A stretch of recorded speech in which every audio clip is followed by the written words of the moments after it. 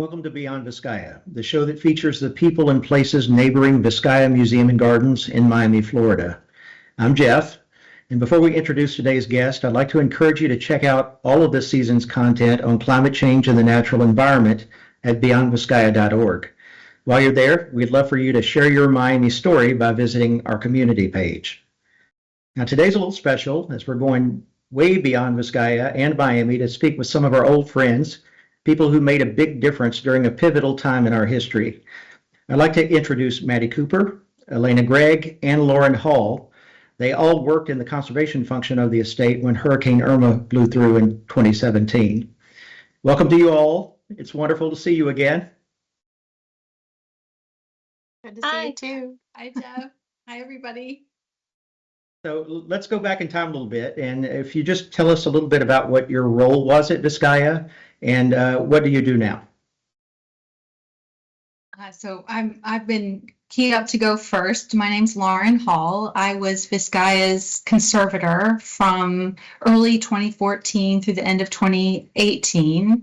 And before that, I worked in private practice on a site-wide conservation survey of Vizcaya. So I have about 10 years of direct experience working at the estate. One of the most sublime and beautiful places on earth. Had the wonderful opportunity of working with Maddie and Elena during my time at Vizcaya, and have since moved on to the Department of State. I work as a conservator in the Office of Cultural Heritage within the Bureau of Overseas Buildings Operations, and we manage a stewardship program for the Department of State's resources at diplomatic and consular facilities around the world. Hi, everybody. I'm Elena Gregg. I had several roles at Vizcaya from 2015 to 2020, most recently collections care specialist, and I'm currently employed by the Foundation for Advancement in Conservation. We're the foundation side of the American Institute for Conservation, and I'm the emergency programs manager. I oversee several emergency programs that we'll discuss later on in today's program. Hi everyone, my name is Maddie Cooper. I came to Vizcaya as a conservation intern, and then they couldn't get rid of me. I stayed as a conservation technician, and I was there from 2015 to 2017, where I worked with Lauren and Elena on conservation projects around the house and in the garden. And now I'm an associate preventive conservator at the Conservation Center for Art and Historic Artifacts, which is in Philadelphia, Pennsylvania.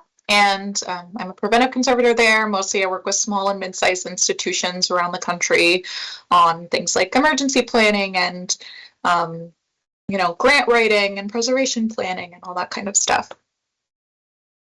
So we're going to talk a little bit more about the trajectory of your careers in a minute, but first let's speak more broadly to folks that don't know. Maddie, maybe if you just tell us what conservation professionals do specifically, and then I want all of you to weigh in on, why was it a field that you initially chose?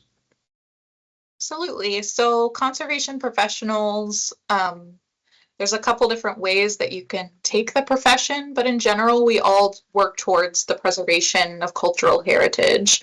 We're trying to preserve cultural heritage for future generations and to steward it and protect it. So there's a couple different tracks of conservation. I think when a lot of people think of conservators, they think of like a person in a lab with a tiny paintbrush wearing a white lab coat, and that's certainly a type of conservator. That's what I wanted to be when I started out in conservation, treating objects in a lab. And that kind of conservator is sort of a specialist. But then there's also conservation scientists who do scientific research looking at the different ways in which things degrade over time and the ways in which our interventions affect them. And then there's also, conservation administrators, and I'm a preventive conservator, so we really focus on sort of big picture preservation projects. But all in all, our goal is to preserve cultural heritage. Why did you choose the field? I guess I chose the field because I wanted to touch the stuff in museums. That was the initial thought. I don't know. What about y'all? I remember being exposed to conservation as a junior in high school. My high school was part of a program with the Cleveland Museum of Art in Northeast Ohio, where they showed high school students the different areas in the museum where you could be employed. And at the time, I was wrestling between wanting to go to art school or wanting to do something science focused, and realizing that there was a field that had the combination of the two.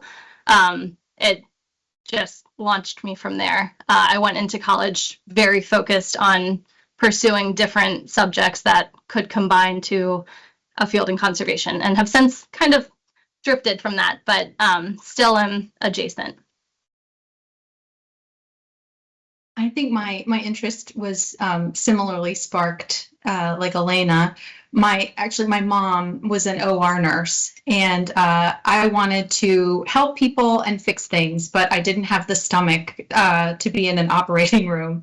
So I landed in conservation, but my focus is specifically architecture. And I grew up in a city with a lot of historic buildings, cultural areas, beautiful architecture, and I really love place and space, and so I ended up as an architectural conservator.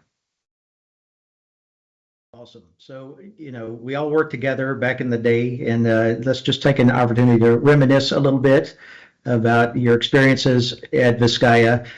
Is there any particular favorite memory of working here? Maddie, we'll start with you. I think one of the projects that we all worked on at Vizcaya was the sculpture maintenance project. If you've been to Vizcaya, you know that there are beautiful gardens that are sort of dappled with limestone sculptures and a couple metal sculptures throughout the garden. And because of the environment of South Florida and because of where we were, they got a lot of wear and tear. And so they required regular maintenance. I think we did sculpture maintenance maybe twice a year. And it was always really great, really fun, good to be out in the garden. Maybe Lauren or Elena can talk a little bit more about the specifics of what we were using to do sculpture maintenance, but as memory of mine, if you've been to Vizcaya, you know that it's a location for photographs for quinceañeras, for engagements, for weddings. People are always taking photos in the garden, and I really wish that I knew how many photos I was lurking in the background of doing sculpture maintenance. That's a fearsome thing to think about, but I think it's probably many. Yeah, outdoor sculpture maintenance was so much fun. And I think we had the opportunity to do so many physically engaging activities at Vizcaya. One of my favorite memories is working in our offsite storage space. We were part of initial organization efforts, and just felt like we made a big impact in a space that really needed some attention. So it was very satisfying and fulfilling. Maddie and Elena were both really critical parts of an early team that included Stefania Marino, who is the collections care specialist. I believe she's still on staff. I believe that's still her title. And I was hired and I was brought on to establish a professional conservation program that included a site-wide maintenance manual, as both Maddie and Elena have said, collections care aspects, organizing this offsite storage space, supporting capital projects, establishing an on-site conservation lab.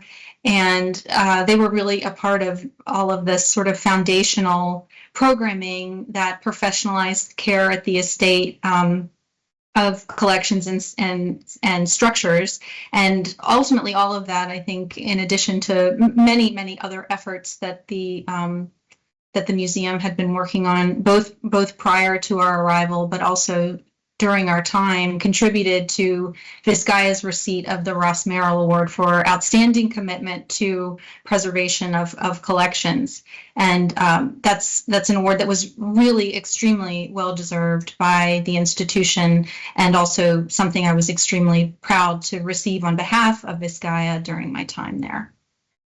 Definitely a big moment for Vizcaya to be recognized in that way. And just a quick clarification, Stefania's title is Preventive Conservation Manager now. So that was a fairly recent promotion. Great.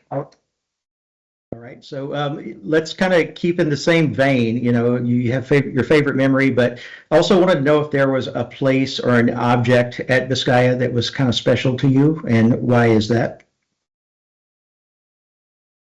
We chatted a little bit about this prior to the program and all agreed that the swimming pool grotto and the Chandler ceiling is among our favorite spaces at Vizcaya. I mean, there are many, but it's certainly one of the most sublime of anywhere, frankly, but certainly at Vizcaya.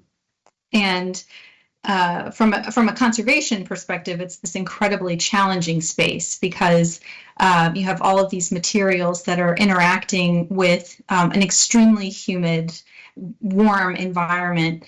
One of the marquee projects that I was working on when I was there was establishing a conditions assessment and a plan for the ceiling mural by Robert Winthrop Chandler, who was this incredibly dynamic and colorful character, and his artwork reflects that very much, as does the space. So it was this whole interplay between Paul Chaufin, who was the artistic director of Vizcaya, also a very dynamic and colorful character, but had a very different aesthetic sensibility than Chandler. And I think this space is this sort of beautiful marriage between both of these wildly creative people. And so we had the opportunity to work with a number of conservation specialists on the ceiling. The University of Pennsylvania did a complete conditions assessment for a student thesis, of which Maddie worked on, and then we later worked with several conservators in private practice, and Elena was really critical in moving those efforts forward. So I think we all had a heavy hand in initiating conservation efforts for that space, and I understand that they've continued. Indeed. So looking bigger picture, is there, you were a fantastic team. Is there a particular conservation project that you all worked on together that was especially memorable for you? Yes. Is that me? Am I taking this one? You can, yeah, go ahead, Lauren. So the project we agreed to chat about here is we did a digital documentation of the barge being one of the most iconic features at Vizcaya. It was conceived of as both a folly with a whole incredible sculpture program by Alexander Sterling Calder, very famous late 19th century, early 20th century sculptor, as well as a breakwater to essentially protect the most vulnerable east-facing bay side of the main house. And so it was filling this incredibly dichotomous role in terms of its function. And it had a history of damage in storms. So a number of the statuary had been reproduced, and replicas were put around the balustrades on the barge, and the originals were put in storage or on display around the estate. And yet there were still a number of original elements because it's this large fixed structure. So we worked with the University of Florida to digitally document through LiDAR scanning as well as photogrammetry, and I'll let Maddie and Elena share more about that experience. Yeah, it was such a great project, and ended up being incredibly impactful. We're going to talk about Irma a little bit later on, but in just documenting the barge in that moment in time, which was a fleeting moment. You know, the barge will never be what it was when we were documenting it with photogrammetry. It's sort of different from then on, and it was a memorable project also because of the circumstances of doing the project. It was a lot of Elena and I paddling a boat around with a professional from the University of Florida, Sujin, who was carrying with him extremely expensive, extremely technical camera equipment, and our boat had a small hole in it. So, we would go out for half an hour, 45 minutes of image taking, and then go back in and bail out the boat and then go back out.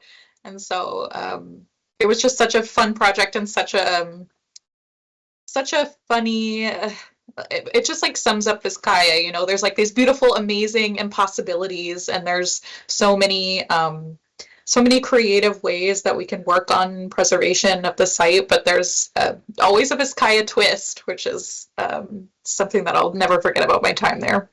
Yeah. Also, I feel like because of the complicated nature of so many spaces at Vizcaya, including the Chandler ceiling and the barge, it draws so many people from so many institutions and research institutions. And so being able to interface with University of Florida, and then, as Lauren said, with the Chandler ceiling project, with so many conservators and engineers and other professionals in our field, it was just incredibly rich and a great experience, especially as an early career professional, to have that chance, and layering that with the practicality and the just real life situation of having a boat that leaked with these highly professional people was just adds a comedic element that is also quite special. So I'll just weigh in. Go ahead. Sorry, Jeff, to interrupt, but I just wanted to add one of the really incredible things about that documentation project was that we were able to fulfill multiple objectives for the institution. So obviously preservation was one of them in terms of documentation, both for posterity, but also for predictive modeling going forward in terms of gauging progressive damage to the barge. But that, excuse me, that scanning also enabled us to provide accessibility to this, as I said, iconic feature at Vizcaya that guests and visitors weren't able to experience firsthand. So, and that was largely due to our collaboration, which was a really fun project. Yeah, I'll just weigh in here that, this was my first project that I worked on and coming to Vizcaya. And, one of the things that was unique about it is, we started off looking to scan the barge for preservation purposes. But, as Lauren indicated, it developed into something more. And Vizcaya became the first museum to actually adapt LiDAR and photogrammetry point clouds directly to a visitor interactive. So we have kiosks in the museum that allow you to go and use those models to interact with them and see what the barge looks like on the top side and also on the other side that's facing away from Vizcaya. So it is one of those unprecedented points of accessibility, and I think that's what we use technology for at Vizcaya chiefly. In addition to preservation, there's the access component. And we also, during that project, did the swimming pool grotto and the Chandler ceiling as well. So, and that's not open to the public, so that was allowing that accessibility too. I'll mention that we do have a version of those models available online. So if you go to virtualvizcaya.org, you can go in there and interact in both of those spaces. So just to talk a little bit more about, I mentioned earlier, the season of Beyond Vizcaya is about climate change and the natural environment. And definitely, you've already referenced, you had a bit of a trial by fire in 2017 when Hurricane Irma blew through, and it definitely impacted South Florida, though there was no direct impact where Vizcaya was, still major damage. And I want our producer to bring up a time lapse of Hurricane Irma coming through and impacting the barge, which we were just talking about. Y'all can comment as the video plays. Just to be on the lookout for the red circles that will indicate when something bad is about to happen.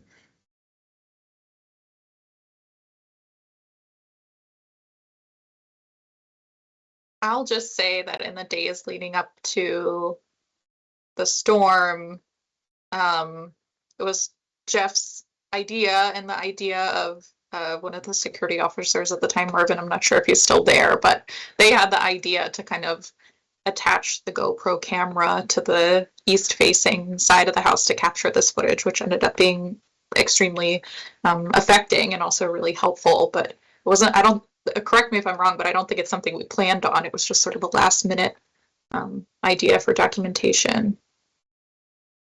Yeah, indeed. It was, Marvin Mora was our security officer at that time.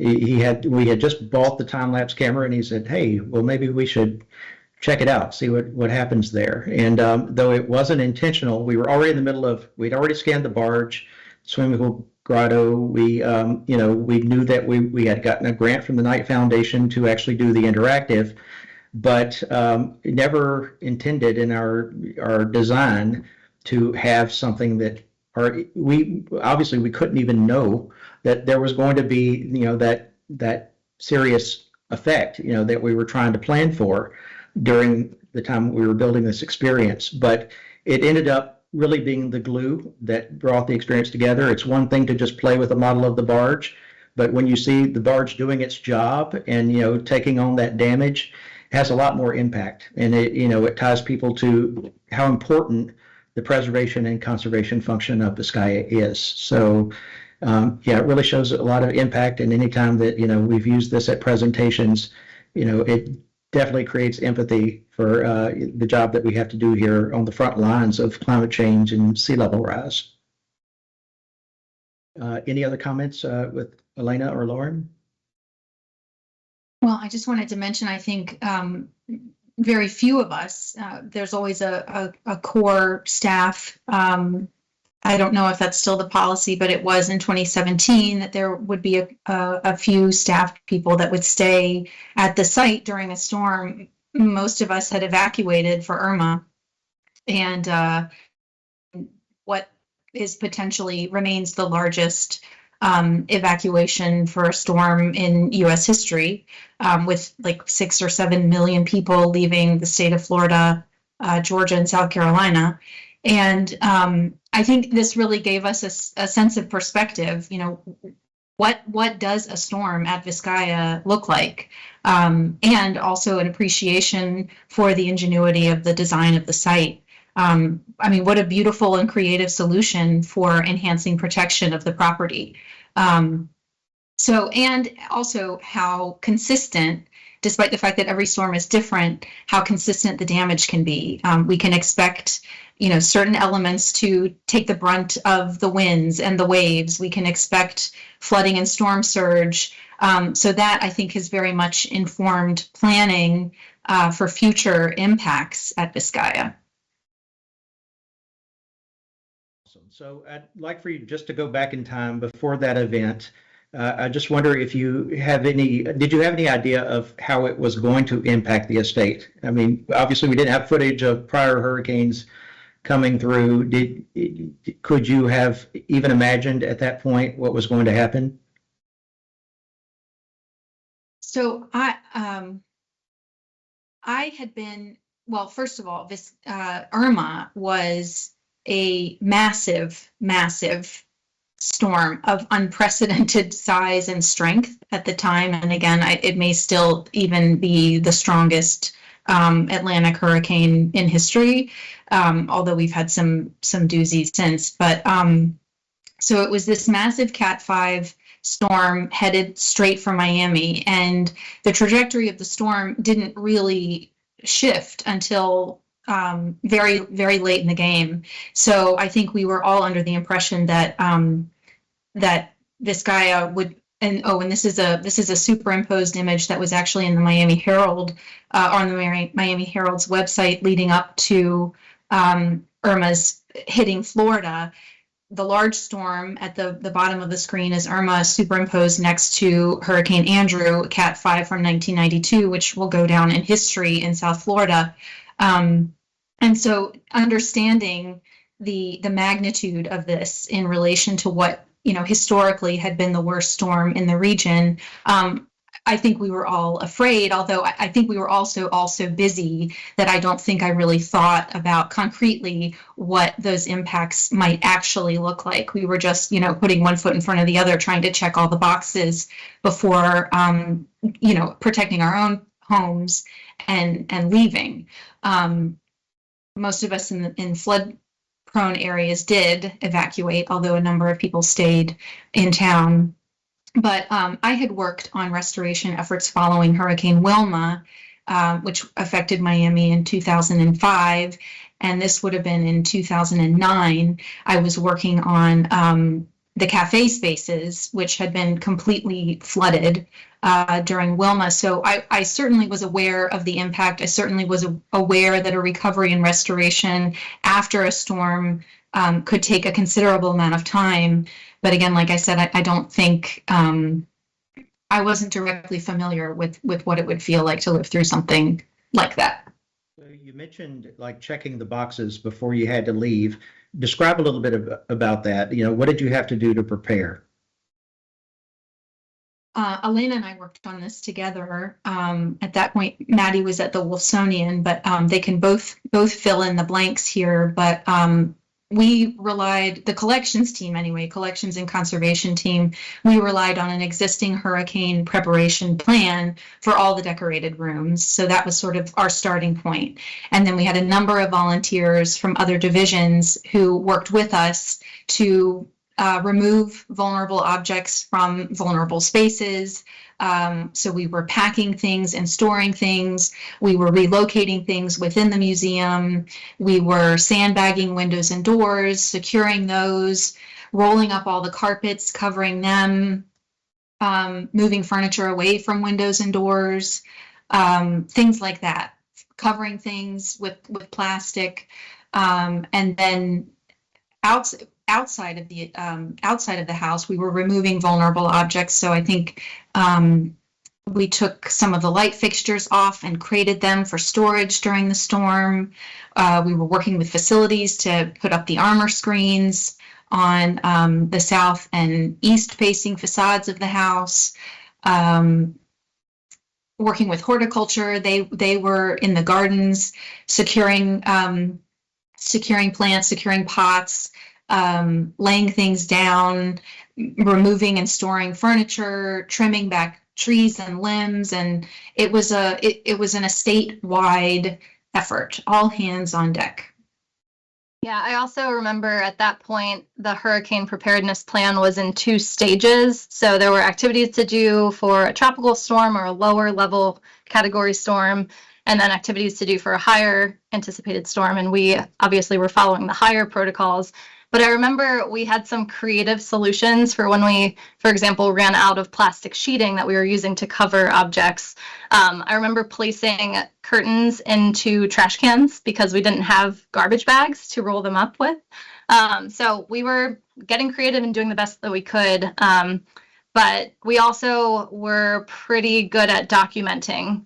So we went through and took pictures of every room, how it was prepared, and we used those photos and those documentation efforts to inform future preparedness planning and to make changes as was appropriate. I guess I'll also just add that, I was at Wilsonian at the time that Irma hit, and we were doing our own preparation. But Vizcaya, I guess I didn't really realize this at the time, but I think about it a lot now, and that Vizcaya was a site that was very used to preparing for hurricanes. Every season there was some hurricane, some storm that the site had to prepare for. I think the year before was Hurricane Matthew, which might have been a tropical storm by the time it touched down. I don't quite remember, but everyone on the estate had a job in hurricane prep, and those jobs were carried out. And, Elena mentioned those creative solutions, but it was like a well-oiled machine almost, which is not the case. As I've gone out into the world and worked with other organizations on their emergency plans, they don't do this every year. They don't get the team together every year and work on huge preparation projects like this. So Vizcaya, I think, has a lot to teach the field about teamwork and about how this massive preparatory work can happen on a site. That's a major takeaway that I've always had from that time. Yeah, I also think that year in particular, leading up to Hurricane Irma, there had been several incidents that were unrelated to storms, but for example, leaks in decorated spaces or an accidental discharge of a fire extinguisher in a decorated space. There were several incidents where we had to deploy ourselves as if we were responding to an emergency and had to deal with it in the same manner, which helped us kind of get in that mindset, which, for better or for worse, but it definitely helped us mobilize quickly. All right, so we've we've done the prep work. It's all we can do. Did it well, and then we evacuate, or we're off site for a little bit, and then the storm hits. I want you to describe what you saw and what you felt when you finally did come back to Vizcaya after the storm. So, well, before answering that, I do want to mention that after Wilma, Vizcaya had invested heavily in some infrastructural improvements to the property that in many cases worked well, and in other cases, I think gave us a little bit of a false sense of security because things fail. At the generator, for example, and I don't remember the specifics of why, but there was a reason why it shorted and it didn't come on. So Vizcaya did lose power. There were some vulnerabilities around the perimeter of the property that prevented essentially the submarine doors from keeping all the water out of the cafe and shop. We had a door blow open in the dining room, for example. I mean, there are just things that you cannot anticipate despite best planning efforts. And again, it's an iterative process. You're learning, as you go, and you're building on experiences. And as Elena mentioned, I think, especially for the collections and conservation folks, we had a series of small scale emergencies that we had to deal with over the course of the previous year that did make us a little bit more nimble in terms of how we were able to prepare. But coming back, I think I was back in town within 48 hours, and it had been very difficult to communicate with the folks on site because there was widespread loss of power. Folks were having trouble with cell connectivity and also charging their phones.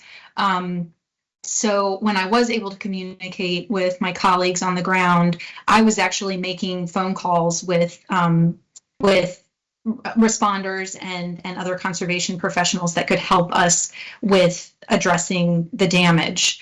So, and this is actually a photo of my first day back on site, and it was really sort of a post-apocalyptic landscape where most of the leaves had blown off of the trees, or they were brown from windburn. And it was this landscape that was totally unfamiliar to me in Miami because it looked like winter, except that it was about 98 degrees or thereabouts, and 100% humidity, and just unrelenting heat. And that was true at work as well as at home for most of us. And so, I don't think I was prepared for the level of fatigue, essentially, that accompanied that response and recovery effort. And it's also quite sad and demoralizing. This is a place that you love. This is a place that represents your livelihood, and we saw work that we had spent months, years, decades in some cases, planning for, fundraising for, undone in the course, essentially overnight. I mean, you saw it in the time-lapse video. So I think I knew that I loved Vizcaya, but I don't think I realized how personal Vizcaya was to me until I saw it in that state. So as I mentioned, the cafe had flooded with water. Several of the collections were wet. Water came through the walls. That was another thing that I don't think we were expecting. So several of the decorated spaces had water pouring through the walls, given the volume and the duration of the rain from the storm. So like I said, you just can't anticipate. You can't anticipate everything. Yeah, I think also similarly, seeing collection pieces and spaces that we had spent hours, days, weeks working on. I'm thinking, Maddie, specifically of the rug in the dining room that we spent weeks cleaning, just square by square, and then it was inundated with water. And it's just, there is an extra level of emotional just heaviness when seeing spaces that you are charged with caring for just in disrepair. And also layered on top of that, the personal life response component. So returning, and in my case, I lived in an apartment building and thought certainly I would be fine. I thought that my building would put up storm shutters. They had not, and our windows blew open and there was mold in my apartment. A lot of my stuff was ruined. And so going to your workplace and seeing, you know, things in a really sad state, and then going to your home and not having a place to relax and to be comfortable was really exhausting. Yeah, I mean, I mentioned that I had recently moved to the Wilsonian, was working as a collections assistant there, and so obviously they're on Miami Beach, and so we were doing a lot of preparatory work in the lead up to the storm as well.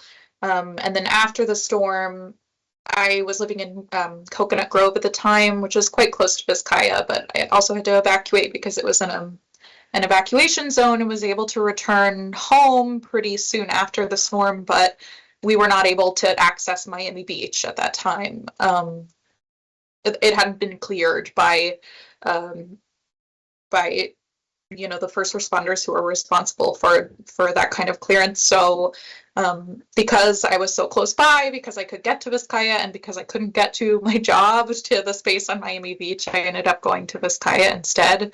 But absolutely mimicking what Elena and Lauren said, and that it's really difficult when you're going to work and dealing with a physically, emotionally difficult situation, and then coming home and having to deal with the same. It's something that I didn't necessarily consider to be part of emergency preparedness for cultural heritage before that experience, that I absolutely consider to be a major part of it now. Maddie, that story leads to our next question, and you're talking about how you came to be at Vizcaya during, you know, that transition.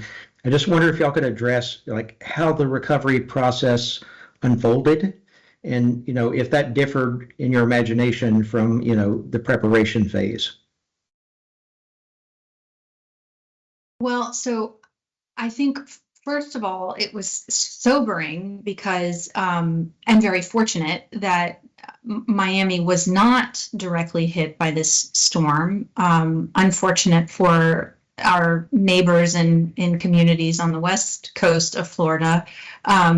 But it was just such a huge storm, and it had had such a regional impact. I think we were all both relieved and surprised the degree to which the site was affected, given that it essentially equated to a Category 2, what hit Miami, but given Vizcaya's proximity directly on the bay, I think we all understood we can expect storm surge, we can expect large amounts of debris in pretty much every storm. So I think it sort of helped start to prioritize things that we could address from a preparation standpoint.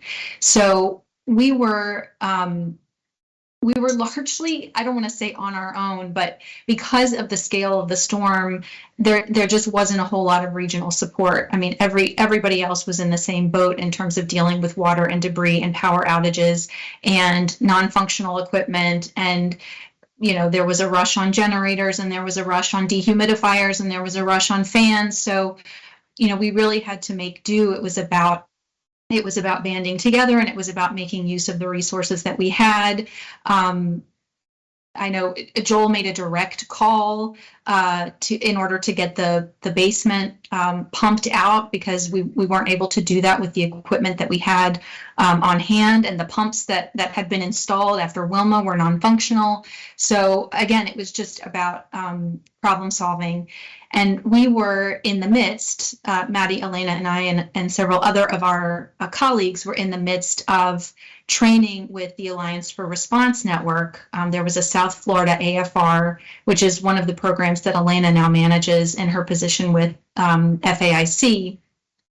And so one of my first calls was to the National Heritage Responders, because I had this new knowledge, I had this new network, both regionally as well as more broadly. And so Viviana Dominguez, who is a painting conservator in Miami, was available, and she came to Vizcaya, I think it was the morning after the storm, and helped with some of that very initial documentation and recommendation making, which was essentially what I used while I was in Atlanta for 48 hours to make some plans and then head back down and really put some things in motion. So I continue to rely on that network through the course of those early recovery response and recovery days, where we were dealing with wet collections, we were dealing with a huge amount of stinking debris in the gardens.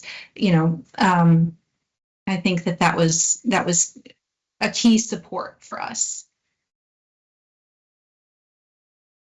I think it's also the case that, I know that all three of us have spoken about this in our current professional roles in varying capacities, but it is quite a trope that following an incident, especially a hurricane of this size, there's a great community response, there's a lot of effort, there's money, there's more resources available initially, and then that kind of dwindles down. And recovery is the stage of the disaster that can be so long. It can be decades long.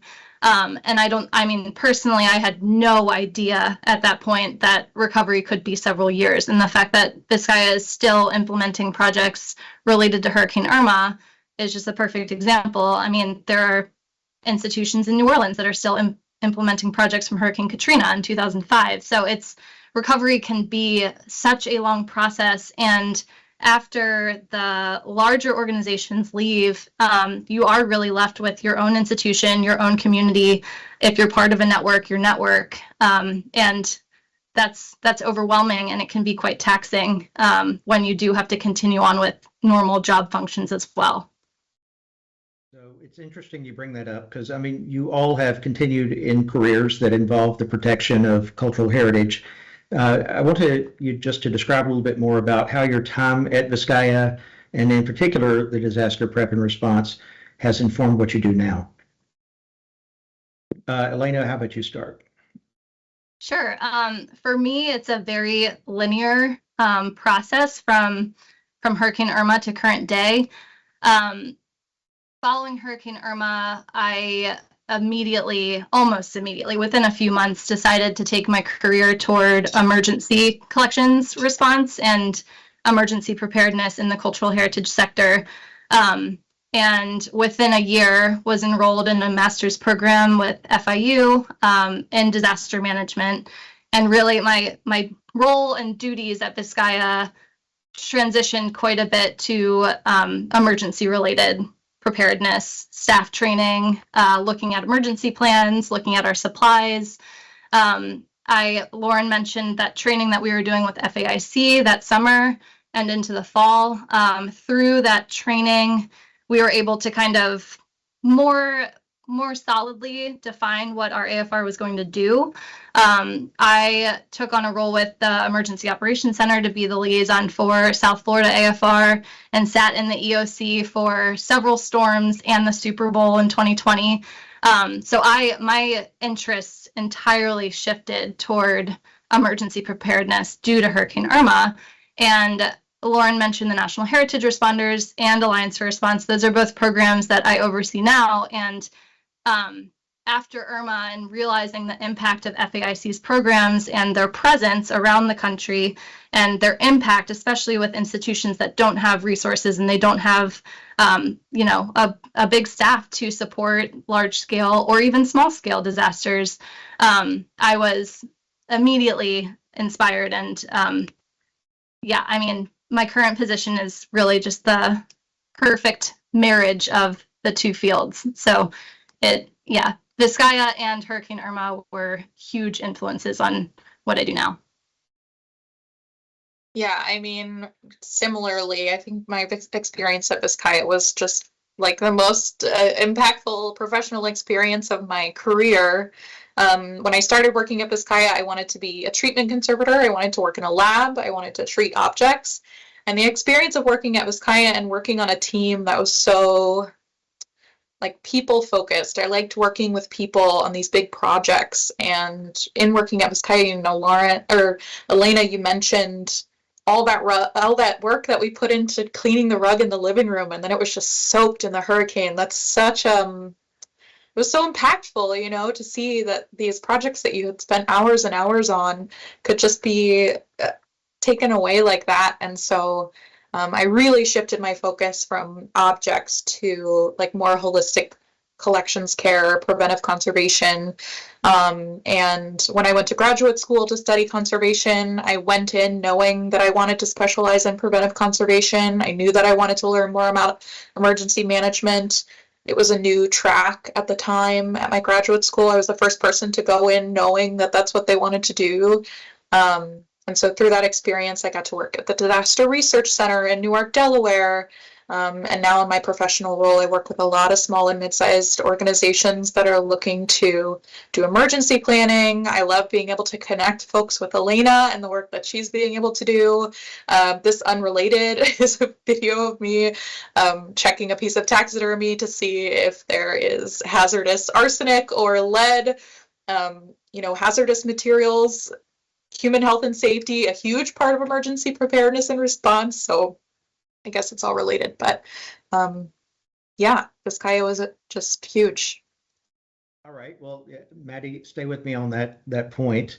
I just wanted to, you to tell us a little bit about some of the major projects that you're currently working on and your role that you have now.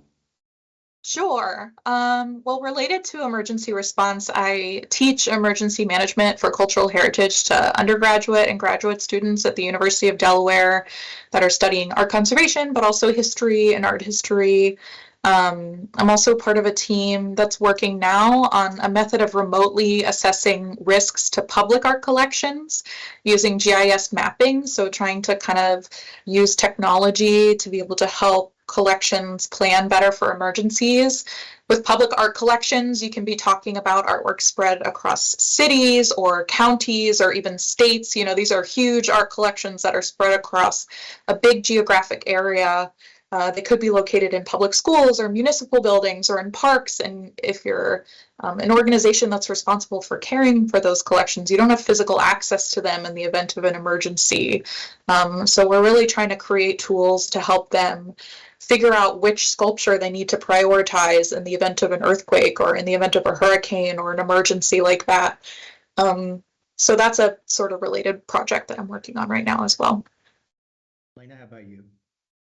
Yeah, so I realize we've been throwing out Alliance for Response and National Heritage Responders, and just to give a little more insight into what those are, Alliance for Response, that's an initiative that is managed by FAIC, the Foundation for Advancement in Conservation, and it's really an effort to bring together cultural heritage and emergency professionals, personnel at the local level. So in the past 20 years, we've helped set up over 30 networks around the country, one of which is South Florida Alliance for Response. And our role in AFR is helping networks get started. So facilitating a one-day event where everybody's in the same room, there's networking, there's presentations, there's regional discussions about what your hazards are and how you should be working as a group together. And then we help networks sustain themselves we have several programs to do that, but one of which is through training. So every few years, we determine a few regions around the country where we're going to go and train a group of between 30 and 40 people. Actually, Lauren is one of our instructors for those trainings. And currently we're in the process, we just completed a training in Boston for Massachusetts-based professionals. We have trainings in 2024 in Charleston and New Orleans, and then a training in 2025 in Philadelphia. We're also getting 2 networks started. So we just launched one in New Hampshire in September, and in 2024, we'll launch another network in Arizona. But we're also a big project and effort is just figuring out ways to get everybody connected to each other. So we, a couple of years ago, set up an advisory committee where every network can send leadership or just members from the network to quarterly meetings where everybody can share information about what they're doing. Or we'll pick a topic and everybody will share issues that they're having with funding or member engagement or other topical challenges that seem to face everybody around the country. So yeah, just a lot of trying to connect with people. Maddie is involved in Philadelphia's network, so she comes on those meetings. I love that I get to see Lauren and Maddie in other professional capacities now, even beyond Vizcaya. It's really wonderful. Lauren, you want to weigh in there too? Sure, thank you. Specific to, well, I think the ways in which Vizcaya has influenced me professionally and my career are too innumerable to mention. But specific to emergency planning, I think my direct response or my direct experience with Hurricane Irma prompted me to approach colleagues in the Bureau of Diplomatic Security when I started my current position and advocated for enhanced inclusion of heritage assets around the world in emergency action planning and the Foreign Affairs Manual. So that language has been bolstered. There's a better relationship between our bureaus in terms of including heritage properties and cultural heritage assets in planning purposes. And then also we included a crisis management chapter in a recently completed illustrated collections care manual that we produced for our colleagues, mostly our locally employed staff at diplomatic and consular facilities around the world. So it's in the form of a graphic novel. It's illustrated since many of our colleagues, we wanted to be more engaging and really reach to folks where English is not their first language, and so have completed this illustrated manual, which includes a number of collections care guidelines, but includes emergency response planning and response. So we've just been through a year where cultural heritage has taken quite a hit with many natural disasters. I just wonder if y'all want to talk a little bit about, what are the biggest challenges right now to the conservation and cultural heritage fields? Yeah, I think that with the climate crisis, the frequency of inclement weather events, the intensity of inclement weather events is only increasing. And it's overwhelming. And I think one of the big challenges is to stay hopeful, as hokey as that might sound. It's really overwhelming, and it's hard to think about implementable small scale actions that we can do, both at our institutions and in our communities. And we at FAIC, we have a series of resources coming out in the spring, climate resilience resources, CRR, and they're both intended to show you your risk. So it's a mapping project where you'll put in your address and see, based on your location and inherent risk, what different hazards are in your area. But then there's also a second component where there's modules to show you things that you can do to mitigate the risk and to increase your resilience. So I think that having, resources and applications to remain hopeful and to take action is a good thing, and it's a challenge. And continuing to build capacity. And this graphic shows the number of billion-dollar weather and climate disasters in 2022. So there were 18 in 2022, where the previous 40-year average was 7.9. So yeah, it is overwhelming, but we need to stay hopeful and continue to do the work and do what we can at least the local level.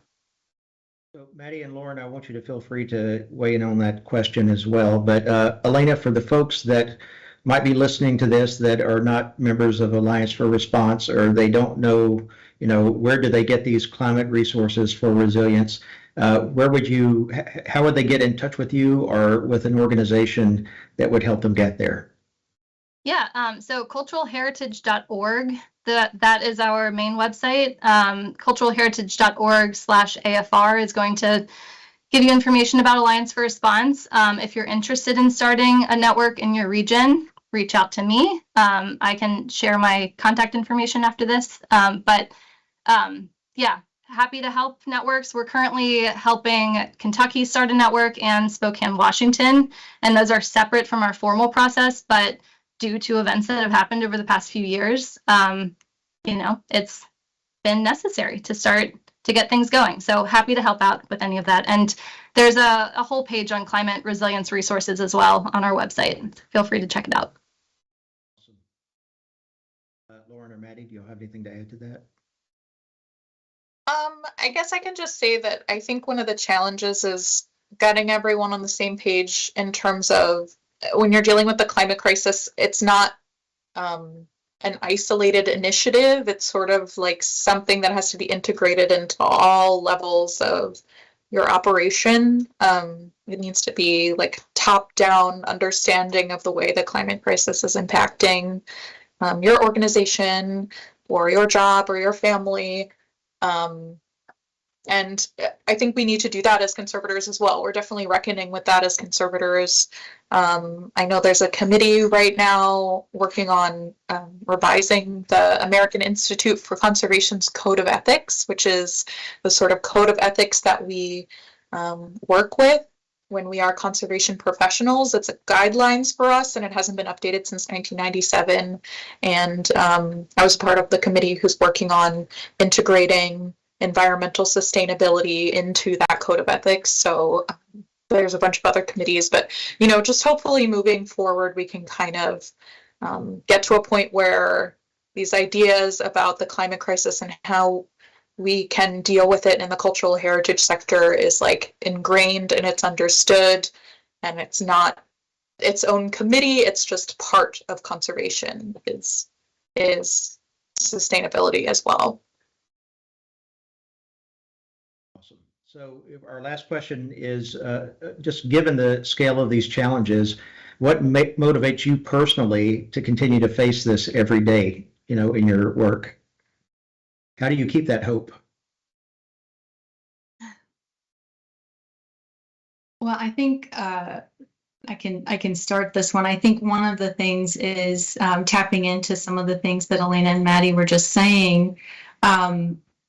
Focusing on community and engagement. One of the most heartening things about responding to Irma were the droves of volunteers that showed up in support. And I think there's been, within our field, there has long been the prioritization on sort of an object-centric focus. And I've been heartened in recent years in the increase in discourse around a people-centered focus. These places, these objects, this heritage matters because it matters to people. And so it was really wonderful to see all of the volunteers hard at work when they clearly had personal issues to be prioritizing, come together at Vizcaya and talk about their experiences and why the place mattered to them. So their grandmom brought them every Sunday growing up, or they got engaged there, or they actually had their wedding there, or they attended a party, or they attended a program. Vizcaya is a place that made them think. Vizcaya was a place that inspired them. Vizcaya was a respite. Vizcaya was, the list goes on. So that was especially heartening. And that's true, I think, too, tying back into that point that Elena made about hope. In addition to, it's important to, I think, acknowledge that in addition to these more frequent and intense natural events, we're also dealing with some pretty devastating geopolitical and humanitarian events around the world.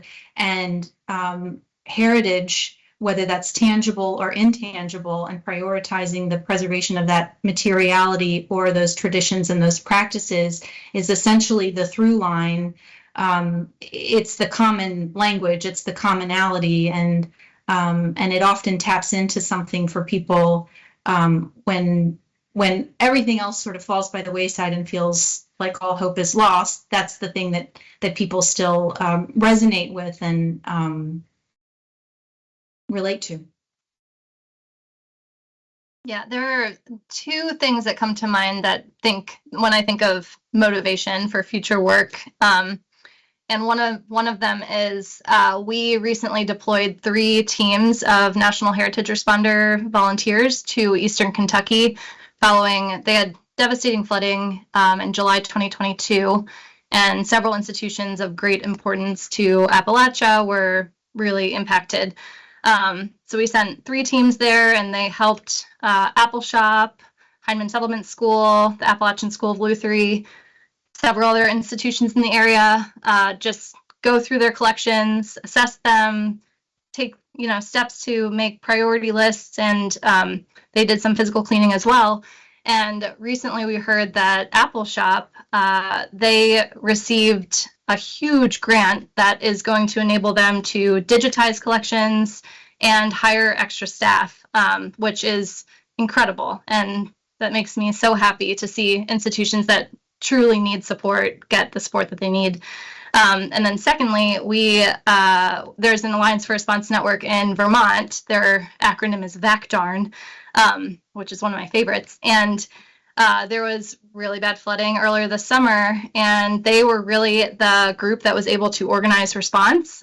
So even when FEMA came in, and when FEMA's programs that are aimed at cultural heritage and saving your family treasures came in, they were able to work with the Alliance for Response Network to get to the public and get to institutions that were impacted, which goes back to Lauren's point of community engagement and empowering people at the local level to respond.